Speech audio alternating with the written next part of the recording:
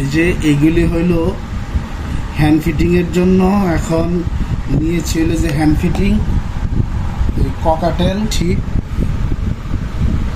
2 চামচ hand fitting দিয়ে ভালো করে লড়াইয়ে হালকা কুসুম গরম পানিতে হ্যান্ড ফিটিংটা করতে হয়। নিব হ্যান্ড ফিটিং,